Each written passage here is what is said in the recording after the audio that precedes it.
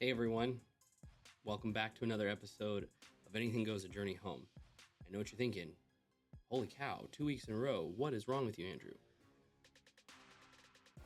I don't know. I genuinely don't know, but I can tell you that today's episode is going to be a good one. It's going to be a follow-up of my previous conversation of worship leader must. So stick with me.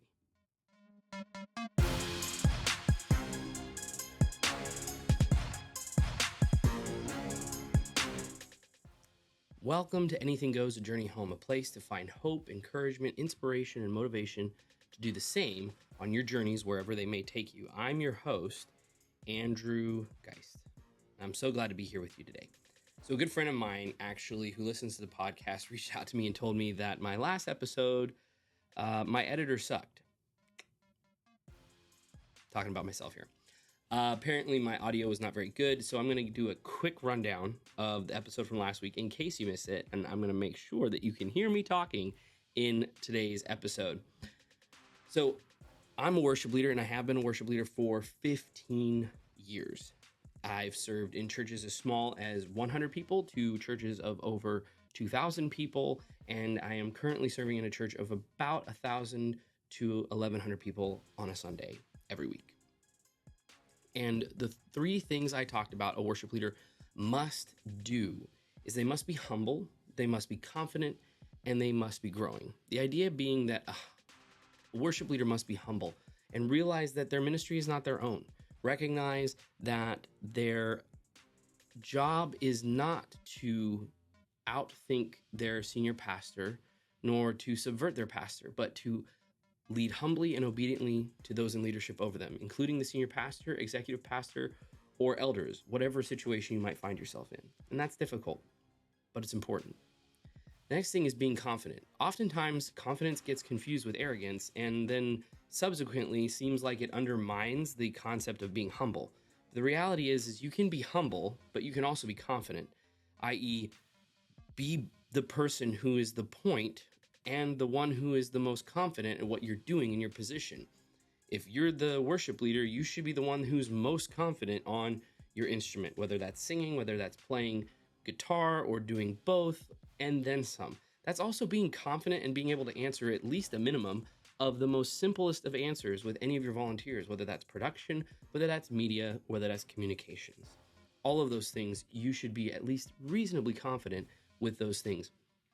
And recognize that the two are not mutually exclusive, but in fact should work synonymously with each other when we're talking about humility and confidence. And then the last thing I wanted to talk about and remind you from my last episode is that we should be growing as leaders, especially as worship leaders. We should never not. We should always be practicing. We should always be getting better at our instrument and our craft, but also we should be enhancing our skills, learning things like multi-tracks, learning things like playback or Ableton, or so many other things that are out there. We should be growing. We should also be growing spiritually. We should be working hard at becoming better in areas of our lives where we're weakest. If we suck at fasting, maybe we should practice it. If we suck at praying, we should practice prayer. If we suck at reading our Bible as worship leaders, let's be honest, sometimes that happens. We should work at getting better at those things. Always be growing. And then I left you with a question of what areas do you need to work on? Maybe it's all three of those things. Maybe it's just one of them. But the beautiful thing is that when you're doing any of those three things, you actually wind up feeding into the next and into the next and into the next. So again, I've been leading worship for 15 years and I have a lot of experience. I play guitar, I play piano, I've been singing professionally for most of my life, if not the entirety of my life, save for a few years as an infant, I suppose. But I know what I'm talking about. So stick with me, and I hope you enjoy this edition of Worship Leaders Must.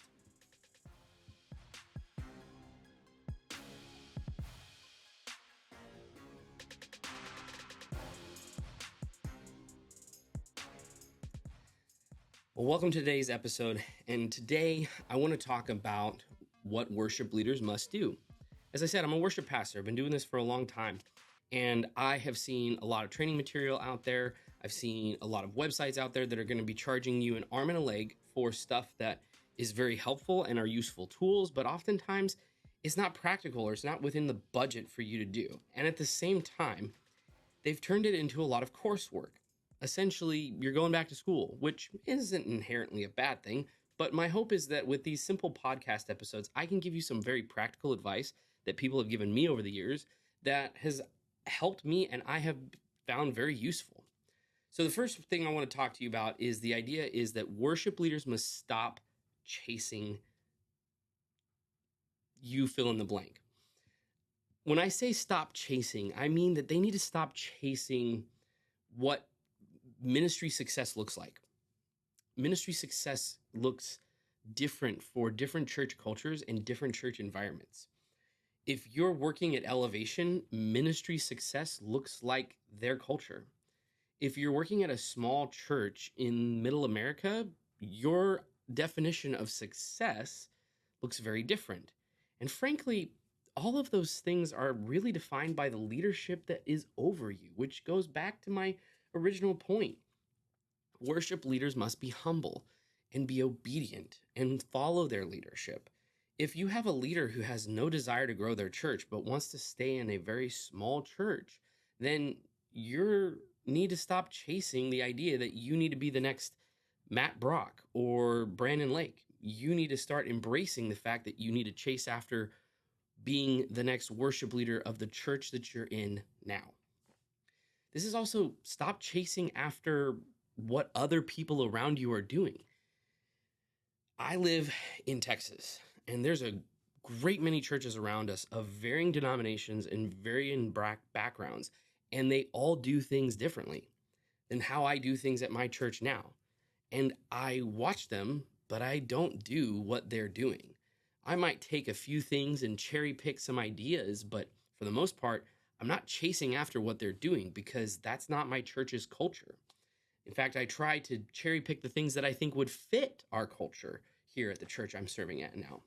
And so my encouragement to you is if you find yourself chasing after things, you're probably also finding that you're dissatisfied with a lot of things that you're doing at your church. You're not satisfied with how your church is growing. You're not satisfied with how your musicians are developing. You're not satisfied with, and all of those things are great because they serve as motivations for us to make things better than they were, to create processes for developing instruments and instrumentalists and worship leaders, to developing processes by which we can all get unified on how we understand music as a church culture, as well as creating processes for how we might even select our songs for our church and our denomination or whatever our situation might be in.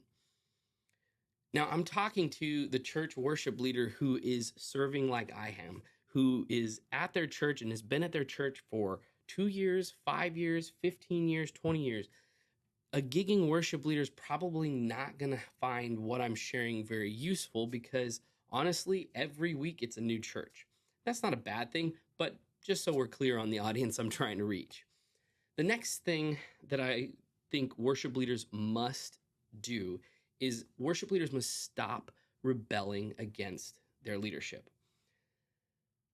I think that this is a hot take, and there are going to be a lot of worship pastors that I've worked with over the years, and even an old version of myself probably would have been yelling at me something fierce because I don't know when it started, but somewhere along the line, worship leaders and senior pastors got lost with each other.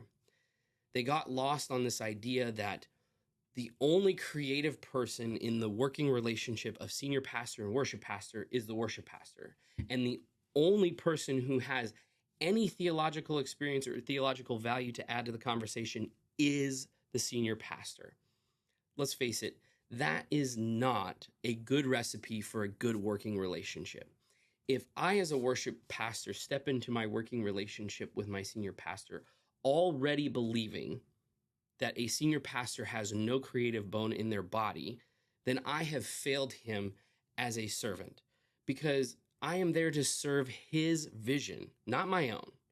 And I'm also assuming something about him that I frankly don't know. And trust me, I've stepped into multiple scenarios where I have heard from other people their opinions about their senior pastor, which hint, hint, is gossip. It's not founded in truth. It's not founded in facts. In fact, oftentimes what I've had to do in most scenarios is unlearn what other people's opinions are of the people in leadership over me. It's not because the people and their opinions were wrong. Those opinions were their own for their time, their season, and where they were when I stepped into the situation. Now I'm in my own situation and scenario, and I've had to kind of relearn the whole thing. And that's just the way it is. The same is true of senior pastors. If a senior pastor walks into the conversation with their worship pastor that this individual has absolutely no value to add to our church theologically and is not going to bring anything of value to the table and is only going to be a detriment to the theological and doctrinal concerns of our church body, then again, the relationship is destined for failure because there is no trust at the very beginning. Trusting that the other person is going to listen to your creative ideas, trusting that the other person is going to listen to your theological opinions, and then at the same time, lovingly correct from both sides. Perhaps the senior pastor is not as creative, musically speaking, as a worship pastor is. I have a master's degree in music. Most of the senior pastors that I've worked for don't. Does that mean that I'm more creatively inclined than they are? Not necessarily. Depends on what frame you're putting it in. Musically, probably. Artistically, maybe, maybe not. Visually, again, maybe, maybe not. That's all dependent on what the vision is from the person who's in leadership, i.e. the senior pastor. Similarly, I do not possess a theological degree of any kind. However, I have some very strong feelings and convictions about certain theological things. And I love talking about them with my senior pastor, honestly, because I crave correction. I crave the opportunity to have conversations with them, to be able to hear where I'm kind of off. And then also for the church denomination that I might be a part of, what am I not getting right? What am I getting right? And what can I improve on my theological leanings and my theological convictions? At the end of the day, the reality is my convictions are my own. And I'm always forthcoming with my senior pastors about where I stand on those kinds of things so that if there's a conflict, we can hopefully resolve it.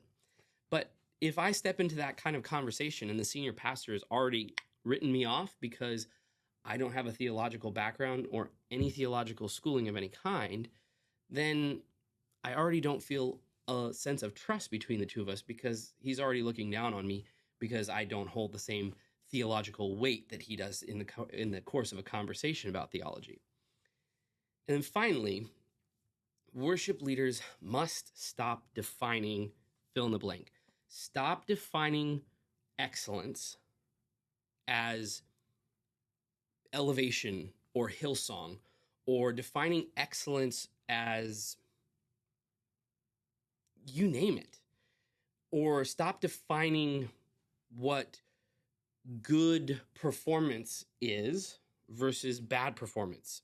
Stop defining those things. Keep it fluid. Now I know what you're hearing and I know what you're thinking because I thought it too. When I define excellence, that becomes a black and white that you can no longer turn back from. And oftentimes, for some churches in some contexts, is devoid of grace. It does not afford anybody on the team the opportunity to get better. Now, going back to what I said about creating processes and chasing things, if your desire is to see excellence in your worship team, i.e. you want them to perform better, you want them to have better stage performance, you want them to be better at their technical positions, or you want them to be better at music readers, that kind of stuff and that level of excellence is already in existence because we have professional musicians all over the world doing incredible things. But fun fact, not all of them read music. Fun fact, not all of them play to a click. And fun fact, not all of them have formal educations in music. So, Stop defining the excellence as it has to be that. Instead, be the definer of excellence by creating those processes. If you need your musicians to be excellent and you know what that bar should look like and what you want it to look like, then you have to be the one defining the process and how to get there. Because if you simply set the bar, audition people, nobody's going to meet that bar, period. But if you set the bar as this is the point of entry and this is the direction I'm taking you, this is the path I want you to go on so that you become better, become more excellent. To me, excellence has always been being better than the day before, because oftentimes in church culture, excellence gets confused with perfection, which is the complete opposite of the gospel. We are not perfect beings. We need a savior, Jesus Christ. My ability and the fact that I have a master's degree in music composition does not make me more saved than somebody who doesn't, period. It just doesn't. So what do you need to define? What do you need to create and define for yourself? Or also stop defining the pursuit of success, right? It's like I said, chasing after something, because the world defines your success as a worship leader as I have a writing culture. I have a culture of people who are writing songs for our church. That's awesome for your culture. Some church cultures never see the light of day of songwriting. Does that make their culture any less successful? Absolutely not, because they've defined their success by fill in the blank. So how are you going to define it? Also, stop defining what is a worshipful atmosphere in your church and what isn't. Too often I hear worship pastors and worship leaders say, I don't know, man, worship just kind of fell flat. Nobody was engaged. Nobody was raising their hands. Nobody was jumping up and down. Nobody was going down the list, right? At the end of the day, all of those things are awesome and all of those things are great. But where should we be defining what a successful worship culture looks like for our church? I think there are two places. First and foremost, above everything else, the Bible is always going to be your center of where the definition of success for your worship culture is, and a worship atmosphere that is successful. There are some passages in 1st and 2nd Corinthians that talk about this, where Paul addressed the Corinthian churches on how to go about their worship services and how to see success in those worshipful moments. But those worshipful moments included things such as prophecy. Those things included such things as revelations, as well as hymns, songs, and spiritual tunes. And in certain passages, one of the defining features was that anybody who was not a believer who walked into their space and was able to feel the presence of God and say, God is here, was one tangible way that a church might be able to define that their worship culture was successful or their church culture was successful. For me, there are countless scriptures, specifically, you'll find a lot of them in the Psalms, that we are commanded to sing God's praises. There aren't a whole lot of other commands for us about worshiping God, but singing is one of them. And frankly, it doesn't really define how that singing occurs. Does not say that it has to be audible, though the word singing is, by definition, the intent or the behavior of projecting one's voice in a singing way with a melodic note to it. But at a minimum, if your church culture is not singing the songs with you, yeah, maybe a conversation with your senior pastor, your elder board, your executive team about defining that and putting that word out there for your congregation is important. But that's what I'm talking about Stop defining the things that don't matter and start defining the things that do matter. And watch how your church culture changes. So let's count them down real quick. Stop chasing after things that are not important. Stop rebelling against those in authority over you and work on the relationship that you have with them. And stop defining things that don't matter and start defining things that do.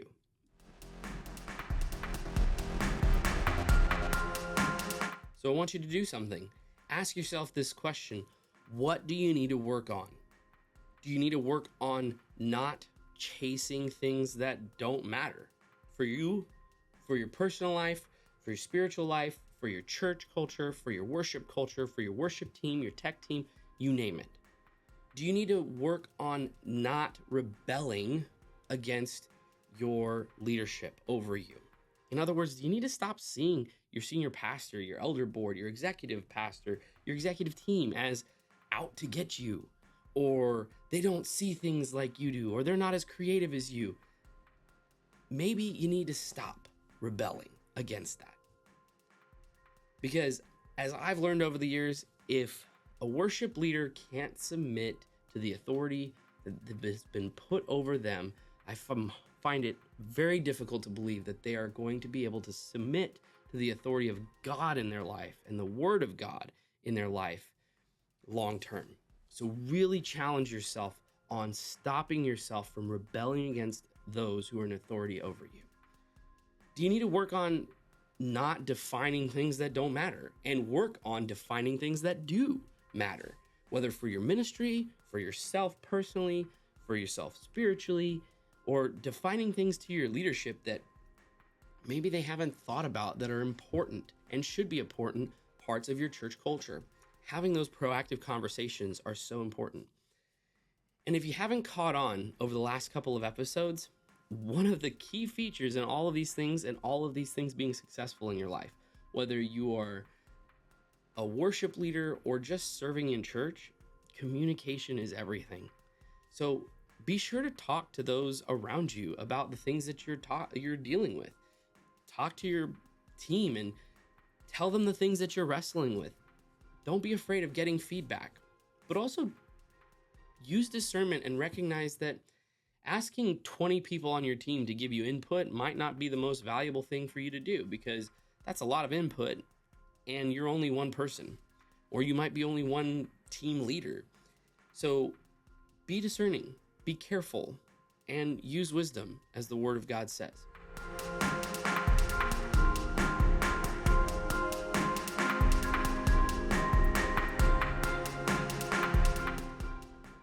Well, everyone, I'm Andrew, guys. Thanks for listening to the podcast today, for liking and sharing, subscribing. If you're watching on YouTube and listening, or following me on Spotify or Apple Podcasts, you can subscribe, click the bell so that you get notified every time I take a journey home.